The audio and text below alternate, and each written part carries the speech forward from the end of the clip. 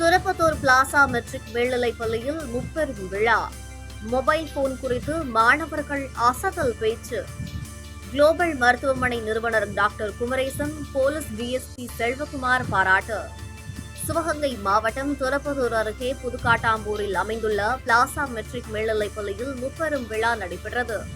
மாணவர்கள் தலைமை பண்பு ஏற்பு விழா, மொபைல் போன் குறித்த விழிப்புணர்வு பட்டிமன்றம், குழந்தைகள் தின விழாவில் நடைபெற்ற ஓவிய போட்டியில் வெற்றி பெற்ற மாணவ மாணவிகளுக்கு பரிசளிப்பு விழா ஆகிய முப்பெரும் விழா நடைபெற்றது. பள்ளி தலைவர் பிளாசா சேகர் தலைமையில் நடைபெற்ற இந்த விழாவில் பள்ளி முதல்வர் பிளாசா ராஜேஸ்வரி சேகர் வரவேற்புரை நிகழ்த்தினார். இந்த விழாவில் காவல்துறை கண்காணிப்பாளர் செல்வகுமார், காரைக்குடி குளோபல் மருத்துவமனை நிறுவனர் குமரேசன், திருக்கோஷ்டியூர் காவல் நிலைய ஆய்வாளர் செல்வராகவன், ஆறுமுகம் பிள்ளை சீதை அம்மாள் கல்லூரி விலங்கியல் துறை பேராசிரியர் கார்த்திகேயன் மற்றும் திருப்பத்தூர் ஆறுமுக நகர் அரிமா சங்க தலைவர் அபுதாகிர் ஆகியோர் சிறப்பு அழைப்பாளர்களாக கலந்து கொண்டனர். இந்த விழாவில் மொபைல் போன் உபயோகிப்பது நன்மையா தீமையா என்ற பட்டிமன்றம் நடைபெற்றது.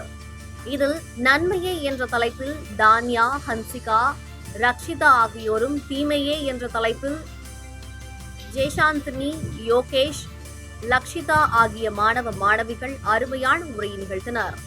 ஸ்வேதா என்ற மாணவி நடுவராக நகைச்சுவை மிக்க பேச்சால் அசத்தினார். பின்பு மாணவர்களின் பேச்சை கேட்ட காவல்துறை துணை கண்காணிப்பாளர் செல்வகுமார் மாணவர்கள் உபயோகிக்கும் செல்போன்கள் குறித்து எடுத்துரைத்தார். மேலும் செல்போன்கள் பயன்படுத்துவது நன்மையாக இருப்பினும் அது தீமைக்கும் அதிகமாக பயன்படுவதால் பெற்றோர்கள் கவனமுடன் மாணவர்களை கண்காணிக்க வேண்டும் என அறிவுரை வழங்கினார். தொடர்ந்து திருக்கோஷ்டியூர் காவல் நிலைய ஆய்வாளர்கள் செல்வராகவன், பிரியாணி சுவையாக உள்ளது என்பதால் நாம் அதிகமாக எடுத்துக்கொள்ள முடியாது, அதேபோல்தான் செல்போனும் தேவையறிந்து தேவைக்கு மட்டும் உபயோகிக்க வேண்டும் எனவும், குறிப்பாக பெண் குழந்தைகளுக்கு முதல் நண்பன் தகப்பனாகவும் ஆண் குழந்தைக்கு முதல் நண்பன் தாயாகவும் இருக்க வேண்டும் எனவும் விழிப்புணர்வு உரையாற்றினார். தொடர்ந்து பேசிய கல்லூரி பேராசிரியர் கார்த்திகேயன், செல்போன் நமக்கு கிடைத்த வரம் என்றும், ஆனால் அந்த வரத்தை முறையாக பயன்படுத்த வேண்டும் எனவும் மாணவர்களிடையே விழிப்புணர்வு செய்தார். விழாவில் பள்ளியின் துணை தலைமை ஆசிரியர் சங்கர் நன்றி கூறினார். விழாவில் நூற்றுக்கணக்கான பெற்றோர்கள், லயன்ஸ் கிளப் யூசுப், மாணவர்கள், ஆசிரியர்கள் கலந்து கொண்டனர்.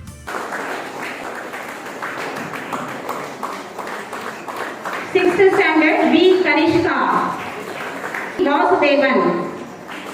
8th standard R. Sabariswaran.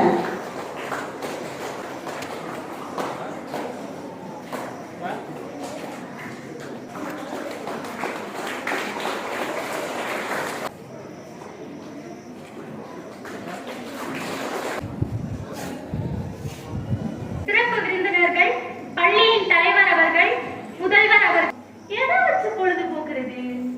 அதுக்குதான் நம்ம கையில ஒரு கருவி புது, அதை பார்த்தே அவங்க அந்தஸ்தை சொல்லிடலாம். அதாங்க செல்போன். இது நமக்கு தேவையே இல்லைங்க அப்படின்னு சொல்றோம். பகல்ல உழைப்பு போச்சு, நைட்ல தூக்கம் போச்சு.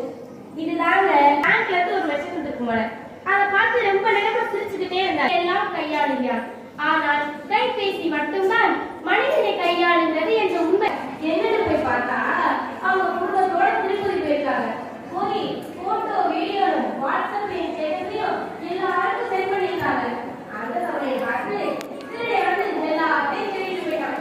அப்ப பாருங்க, இந்த அவலங்கள் தனி மனிதனிடத்துல ஒரு குடும்பத்தை மட்டுமல்ல, இந்த சமூகத்தையே ஆட்டி படைக்கின்ற நிலை இன்றைக்கு இருக்கிறது என்று சொல்லி முடிக்கிறாங்க. ஒரு அம்மா பஸ் ஸ்டாண்ட்ல நின்னுகிட்டு, ஹலோ ஹலோ பார்வதியா பேசுறது, நான் வீட்டுல இருந்து வரும்போது ஏதோ சாப்பாடு வந்துட்டேமா, மேட்டுக்கு கீழே கேட்டாரி எடுத்து சாப்பிட்டேமா அப்படின்னு அம்மா சொல்லிக்கிட்டு பக்கத்துல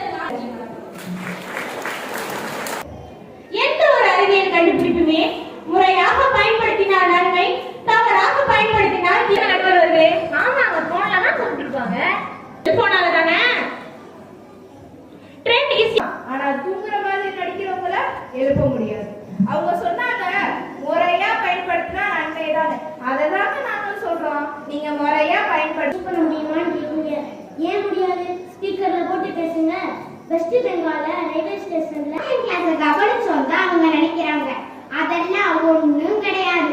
கண்ணுக்கு எதிரில் யூடியூப்ல பார்த்து சமைக்கலையா? எனக்கு முன்னாடி பேசினவங்க கிட்ட காலை என்ன சாப்பிட்டீங்கன்னு கேட்டேன். Thank you sir.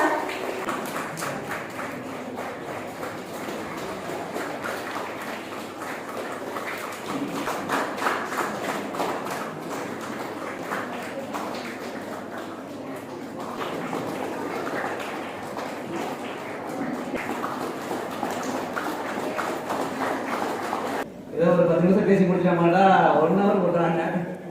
அதுலேயே எல்லாம் நிறைய பேர் டயர்ட் ஆகிட்டாங்க.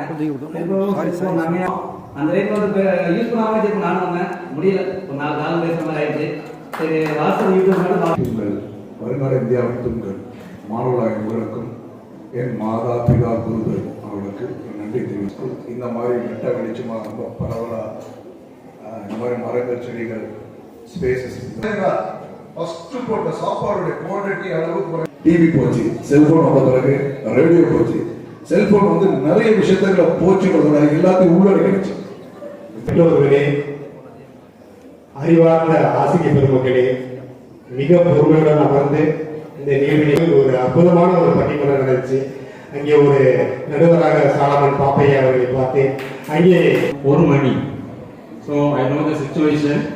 So first of all, அறிவு என்பது சுடர் ஒளியை போன்றது, கல்வி என்பது இரு கண்கள் போன்றது. அறிவு என்பது சுடர் ஒளியை போன்றது, திருப்பத்தூரின் சிகரமாக விளங்கும் பள்ளியா, கலங்கரையில் தீபமாக இலகும் பள்ளியா. திருப்பத்தூரின் சிகரமாக விளங்கும் பள்ளியா, கலங்கரையில் தீபமாக இலகும் பள்ளியா.